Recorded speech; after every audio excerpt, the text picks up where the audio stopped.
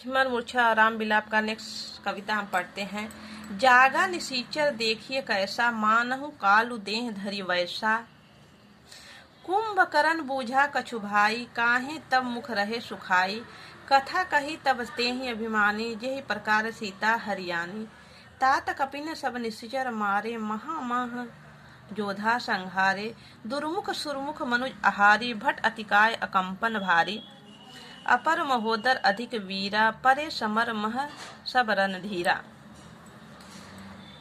प्रस्तुत पंक्तियों में तुलसीदास ने बच्चों उस समय की स्थिति का वर्णन किया है जब रावण व्याकुल हृदय में कुंभकर्ण जी को उठाते हैं। जब रावण व्याकुल हृदय कुंभकर्ण को उठाते हैं, कुंभकर्ण के विशालकाय शरीर के वर्णन के साथ युद्ध के मारे गए वीर योद्धाओं का व्याख्यान किया। तुलसीदास जी बच्चों कहते हैं, पहले कुछ कठिन शब्दों के अर्थ को समझ लेते हैं, फिर पढ़ते हैं। निश्चर यानी राक्षस, मानहु माना, कुंभकर्ण यानी कुंभकर्ण जो रावण के छोटे भाई रहते हैं, अभिमानी यानी घमंडी, सीता हरि यानी सीता को यही प्रकार यानी जिस प्रकार से सीता हरि यानी सीता को हरण किया था। तात कपि ने सब निश्चर मारे, तात यानी अपने कुंभकर्ण के लिए रावण का कहना। महामहा जोधा संहारे यानी मारे गए। दुर्मुख ये महान राक्षस योद्धाओं का नाम है। दुर्मुख सुर रिपु मनुज। अतिका यानी अधिक। भट यानी योद्धा। महोदर यानी बड़े पेट वाला। आदिक माने अधिक। रणधीरा यानी युद्ध में अविचल रहने वाले। तो बच्चों देखिए, जागा निश्चय देखिए कैसा, मानहु काल देख धरि जैसा। तुलसीदास जी कहते हैं बच्चों, जब रावण अनेक उपायों से जब कुंभकर्ण जी को उठाता है तो कुंभकर्ण नींद से जागा ऐसे दिख पड़ता है। मानव काल देह धरि जैसा, मानव काल ने देह धारण करके आ गया है। अर्थात बच्चों कुंभकर्ण का शरीर इतना विशाल था कि जैसे लगता था कि कुंभकर्ण का शरीर इतना विशाल व भयभीत कर देने वाला था कि जैसे मृत्यु के समान प्रतीत होता था। कुंभकर्ण द्वारा नींद के खोलने के बाद जब वह रावण के पास पहुंचा, कुंभकर्ण पूछा कहू भाई। जब वह रावण के पास पहुंचता है और समय नींद से जागने के बाद पूछता है कि हे भाई, कैसे यहाँ आना हुआ तुमको आपका।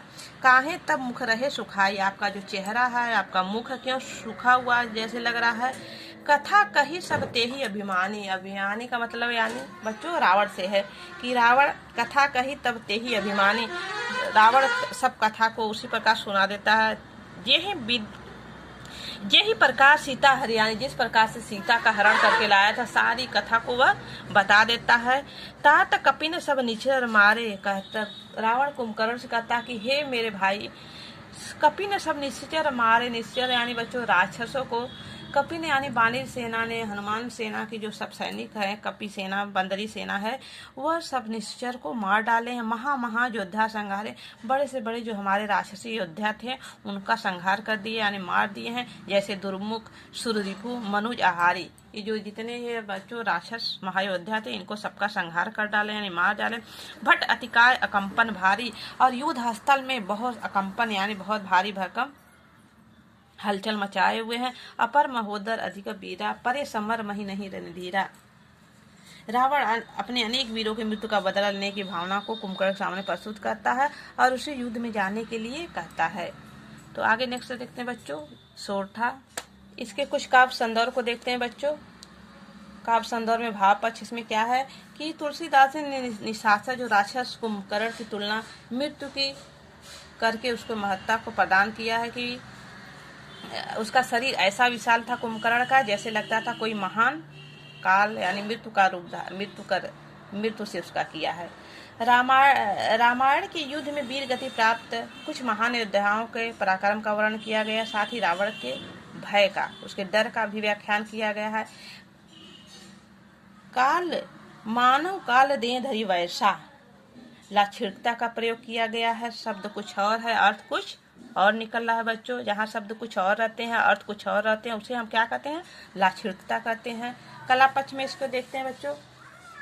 सुन दसकंधर वचन तब कुंभकर्ण विकलान, जगदम्बा हरि आनी अब सठ चाहत कल्याण। विकलान यानी खेद प्रकट करता है, दसकंधर यानी रावण बच्चों, जगदम्बा यानी जगदम्बा हरि यानी यहाँ जगदम्बा का तात्पर्य सीता से किया गया है।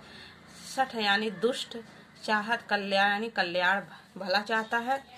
तुलसीदास जी कहते हैं जब कुंभकर्ण बच्चों, कुंभकर्ण को रावण के रज्जापुर काल के बारे में उसने सुना तो कुंभकर्ण जी को अपने भाई को समझाते हुए कहता, अरे मूर्ख, रे मूर्ख, तुमने शुद्ध दसकंधर वचन तब कुंभकर्ण विकलान।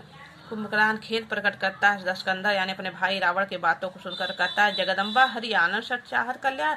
अरे मूर्ख, तुमने जगतारणी सीता जी का हरण करके अब भलाई चाहता है। अर्थात जब वह युद्ध जानने के लिए और अधर्म का साथ देने के लिए कहता है तो युद्ध के लिए तैयार हो जाता है। पर रावण को कहता है कि अरे रावण, अब जो कल्याण चाहता है वह इस लज्जापूर्ण कार्य के बाद संभव नहीं। अर्थात जो सीता का तुमने हरण के लिए साक्षात जो जगदम्बा का रूप है, अब तुम्हारा कल्याण संभव नहीं है। तो आज का वीडियो बच्चों यहीं समाप्त होता है। नेक्स्ट वीडियो में इसके प्रश्न उत्तर के साथ मिलेंगे। ओके, धन्यवाद।